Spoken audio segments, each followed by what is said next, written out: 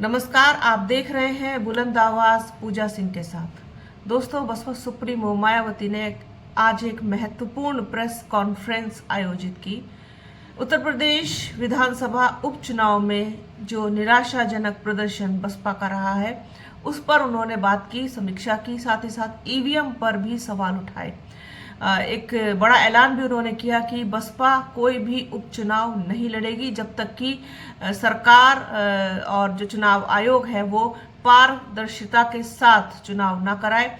उपचुनाव में किस तरीके से सरकारी मशीनरी तंत्र का दुरुपयोग होता है, इस पर भी उन्होंने अपनी बात रखी। और ये सबको पता है कि किस तरीके से चुनावी नतीजे जो हैं वो प्रभावित होते हैं जब सत्तारूढ़ पार्टी होती है, सरकार जिसकी होती है। उपचुनाव में नतीजे किसी भी दूसरी पार्टी के पक्ष में आना बेहद बेहद बेहद कठिन होता है।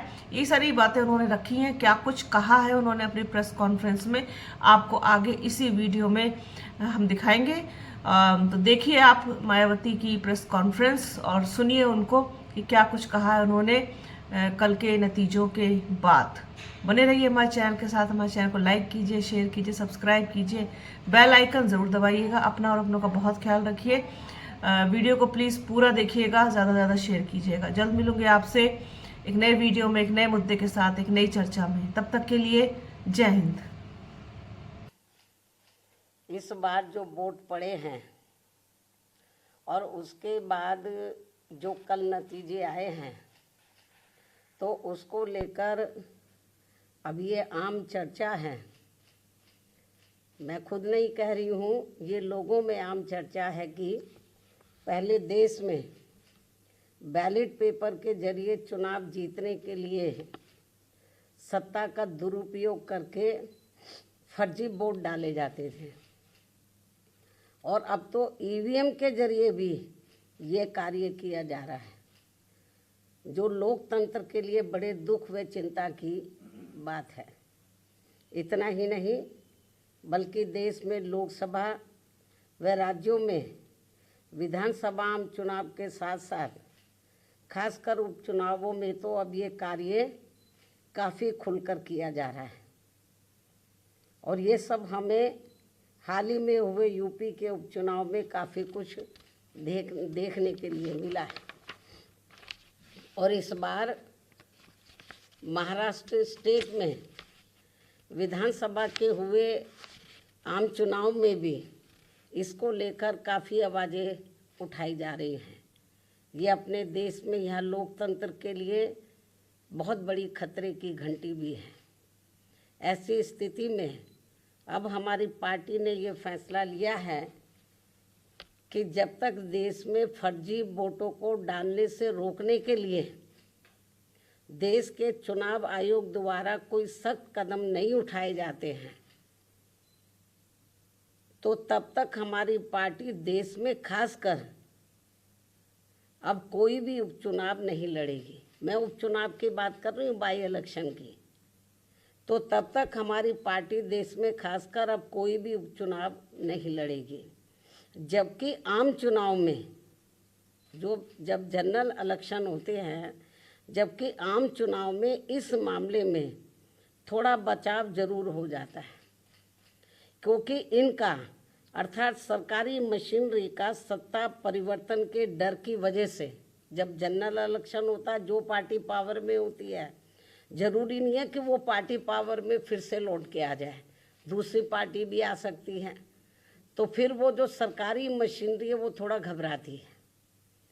जबकि आम चुनाव में इस मामले में थोड़ा बचाव जरूर हो जाता है, क्योंकि इनका अर्थात सरकारी मशीनरी का सत्ता परिवर्तन के डर की वजह से आम चुनाव में इनका जनता पर कोई ज़्यादा दबाव या डर आदि नहीं होता,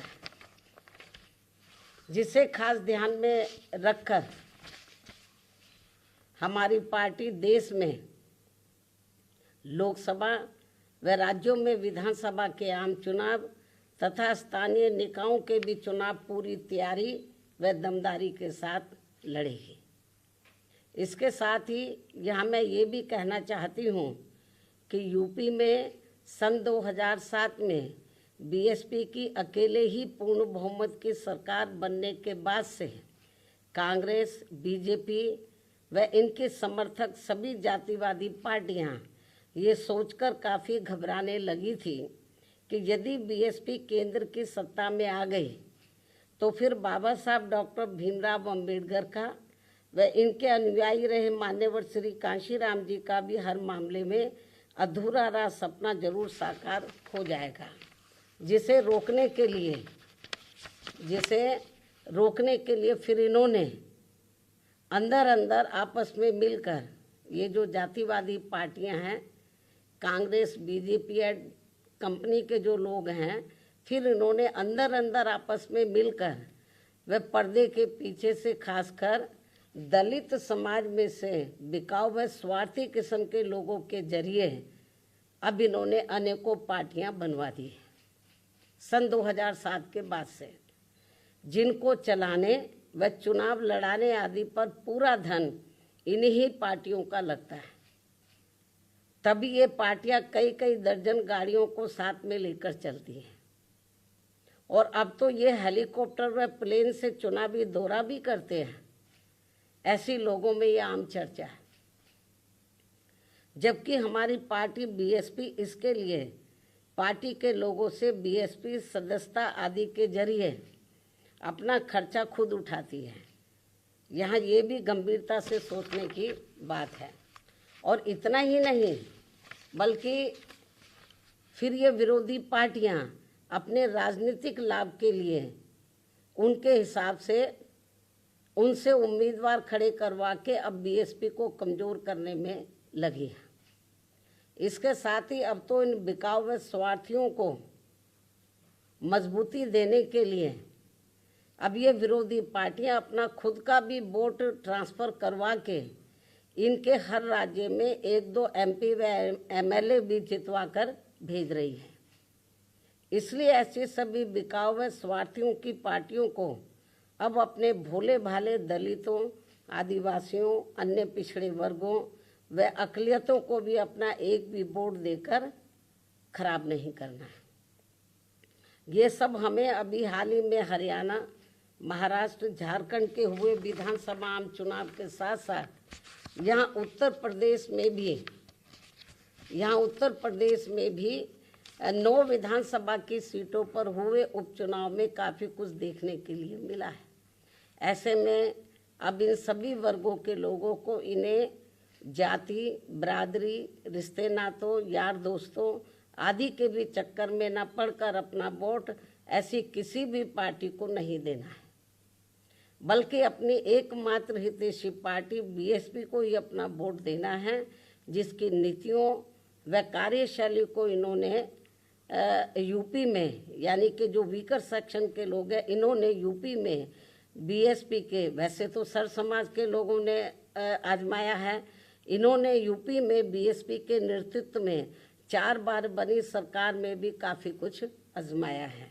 इसके साथ साथ इन सभी वर्गों के लोग अब पुनः सत्ता में आने के लिए विरोधी पार्टियों की इन सभी साजिशों से हमेशा सावधान रहना है और आपस में भाईचारा पैदा करके अपनी पार्टी बीएसपी को हर मामले में ज़रूर मजबूत बनाना है तथा इनकी इन सभी साजिशों से ये लोग हमेशा सावधान भी रहें।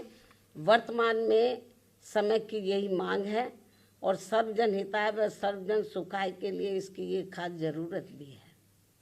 और अब मैं विरोधियों की इन सभी साजिशों के बीच अपनी पार्टी के लोगों ने अपने उम्मीदवारों को यहाँ उत्तर प्रदेश में, महाराष्ट्र में, झारखंड में और ख़ासकर उत्तर प्रदेश में जो 9 विधानसभा की सीटों पर बाई इलेक्शन हुए, तो इन सभी सीटों पर अपनी पार्टी के लोगों ने अपने पार्टी के उम्मीदवारों को जिताने के लिए जो पूरे जी जान से कोशिश की है, तो उनका मैं पूरे तय दिल से आभार प्रकट करते हुए अब मैं अपनी बात यहीं समाप्त करूं। लेकिन इससे पहले मैं यूपी सरकार को ये भी कहना चाहूँगी, कल यूपी में उपचुनाव को लेकर आए अप्रत्याशित नतीजों के बाद से खासकर संभल जिला सहित पूरे मुरादाबाद मंडल में काफ़ी तनाव की स्थिति व्याप्त थी कल से ही। ऐसे में शासन व प्रशासन को संभल में मस्जिद व मंदिर विवाद को लेकर सर्वे कराने का कार्य आगे बढ़ाना चाहिए था, जो तो ये ज़्यादा बेहतर होता। लेकिन ऐसा ना करके जो आज वहाँ सर्वे के दौरान जो कुछ भी बवाल हुआ है, हिंसा हुई है, तो उसके लिए यूपी का शासन व प्रशासन पूरी तरह से जिम्मेवार है। ये अति निंदनीय है। ये जो भी कुछ उधर हो रहा है ये अति निंदनीय है, जबकि ये काम दोनों पक्षों को साथ में लेकर शांतिमय ढंग से किया जाना चाहिए था, जो नहीं किया जा रहा है। ऐसे में अब मैं खासकर संभल के सभी लोगों से वहाँ शांति व्यवस्था बनाने की भी पुरजोर अपील करते हुए अपनी बात यहीं समाप्त करती हूँ। धन्यवाद। जय भीम व जय भारत।